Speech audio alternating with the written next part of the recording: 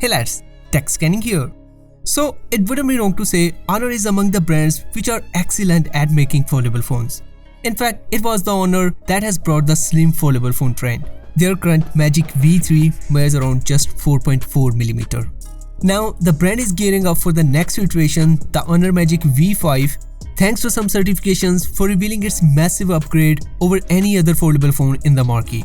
And yes, like other Chinese brands, they are skipping the number 4 moniker. So the Honor Magic V5 appeared on the MIIT certification, and according to that, the handset will feature a dual cell battery, which in total will offer a rated battery capacity of around 5950 mAh.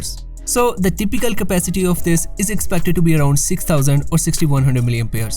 Now, in case if you are unfamiliar with the rated and typical battery capacity terms, the rated capacity is the minimum guaranteed capacity of a battery, while the typical capacity is the average capacity across a batch of batteries. Anyway, the Honor Magic V5 with 6000 or 6100 mAh will make it the biggest battery capacity on a foldable phone we have seen so far. Next, the Honor Magic V5 was also spotted on the 3C certification, and according to that, the handset will support 66W fast charging support, same as its predecessor.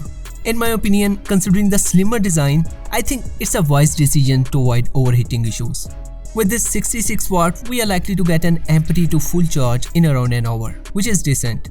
Now, in terms of other specs, like the other upcoming top-end foldable phones, the Honor Magic V5 will be powered by the Snapdragon 888 chipset.